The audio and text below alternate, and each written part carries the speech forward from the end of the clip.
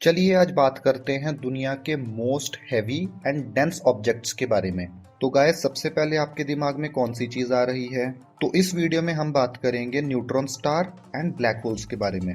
क्या आप जानते हैं कि दुनिया की सबसे भारी चीजों में से neutron stars and black holes एक हैं? सुपरनोवा एक्सप्लोजन के बाद एक स्टार में जो बचा कुचा मटेरियल रह जाता है उसको हम न्यूट्रॉन स्टार्स कहते हैं। न्यूट्रॉन स्टार्स इतने डेंस होते हैं, डेंस मतलब घने होते हैं। बहुत ही सिंपल लैंग्वेज में मैं ये कह सकता हूँ कि एक छोटी सी जगह के ऊपर ज्यादा सामान रखा हुआ है। आप कह सकते हो कि इतने डेंस होते हैं कि अगर हम वहां से एक कप न्यूट्रॉन स्टार की मिट्टी का भर लें तो उसका वजन 6.8 बिलियन टन होगा। न्यूट्रॉन स्टार्स कुछ कुछ ब्लैक होल को भी रिसेंबल करते हैं, लेकिन कैसे? चलिए जानते हैं। एक लाइन में मैं ब्लैक होल की एग्जांपल दे देता हूं और साथ साथ में डेफिनेशन दे देता हूं। जैसे कि आप जानते ही हैं कि ब्लैक होल्स इतने डेंस ऑब्जेक्ट्स होते हैं कि लाइट भी उनके ऊपर से एस्केप नहीं कर सकती है। हमें कोई चीज कब दिखती है? जब लाइट उस चीज के ऊपर टकरा के वापस हमारी आंखों के ऊपर रिफ्लेक्ट करती है, उस वक्त हमें कोई वस्तु दिखती है, कोई चीज दिखती है।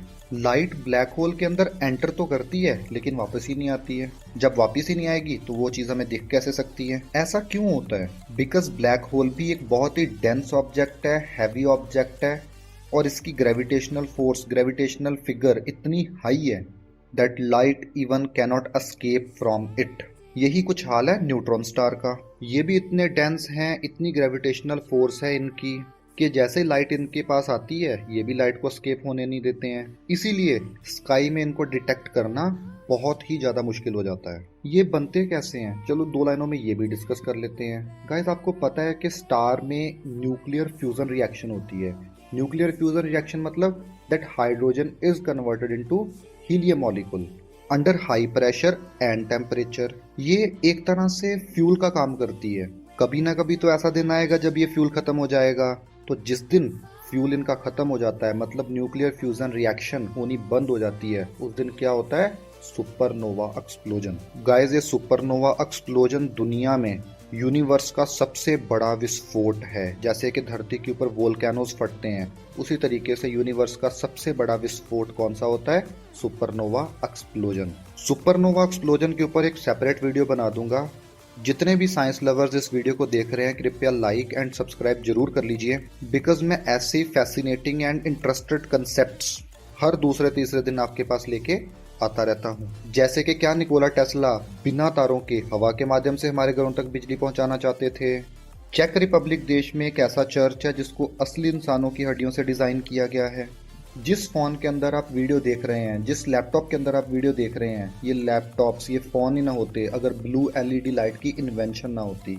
हमारी आंखें कैसे इस यूनिवर्स को देखती हैं, कैसे हमारा दिमाग जो आंखें चीजें देख रही हैं उनको कन्वर्ट करके हमें दिखाता है, ये सारी की सारी वीडियोस मैंने डिस्क्रिप्शन में डाल दी हैं। बहुत ही सिंपल लैंग्वेज में मैंने समझाने की कोशिश की है, आप जाके देख सकते हैं। चलिए टॉपिक पे वापस आते हैं। जब सुपरनोवा एक्सप्लोजन होता है तो स्टार अपने आप में ही कोलैप्स कर जाता है। जितना भी मैटर उसके पास होता है वो सारा का सारा उसकी कोर पे डिपॉजिट हो जाता है। जब इतना सारा मैटर एक छोटी सी जगह के ऊपर डिपॉजिट हो जाता है तो वो इसको दुनिया की सबसे हैवीएस्ट चीज बना देता है। और आपको क्या पता है कि एक न्यूट्रॉन स्टार 716 बार स्पिन करता है अपने अकॉर्डिंगली।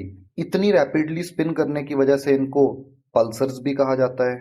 अब हमें इन मिस्टीरियस ऑब्जेक्ट से क्या पता चलता है? हमें यूनिवर्स में क्या चीजें मिलती हैं, क्या चीजें का अनुमान लगा सकते हैं हम? सबसे पहले तो हम ये अनुमान लगा सकते हैं एक सन का, या कह लो एक स्टार का लाइफ साइकिल। एक स्टार अपनी पूरी लाइफ स्पैन में कौन कौन सी स्टेजेस में से गुजरता है। इन स्टेजेस का पता लगाने के बाद हम किसी भी स्टार की उम्र, एज का अंदाजा लगा सकते हैं। अब जैसे कि हमें पता है कि हमारा सन भी स्टार है, इन न्यूट्रॉन स्टार्स के बारे में रिसर्च करने के बाद हम ये भी अनुमान लगा सकते हैं कि हमारे सन की कितनी एज है और ये आगे कितनी देर तक ऐसे ही जलता रहेगा। सॉरी, सन कभी जलता नहीं है। ये बहुत बड़ा मिथ है कि सन हमारा जल रहा है। 7th क्लास में हमने कंबशन के चैप्टर में पढ़ा था कि किसी भी चीज को जलने के लिए ऑक्सीजन की जरूरत पड़ती है, लेकिन स्काई में, यूनिवर्स में तो ऑक्सीजन की नामक कोई चीज ही नहीं है। तो सन फिर कैसे जलता है? बहुत बड़ा सवाल है ये। जैसे कि वीडियो की शुरुआत में मैंने बताया कि सन काम करता है न्यूक्लियर फ्यूजन के प्रिंसिपल के ऊपर। Billion ton of hydrogen convert होती है हीलियम के बड़े न्यूक्लियस में under high temperature and pressure.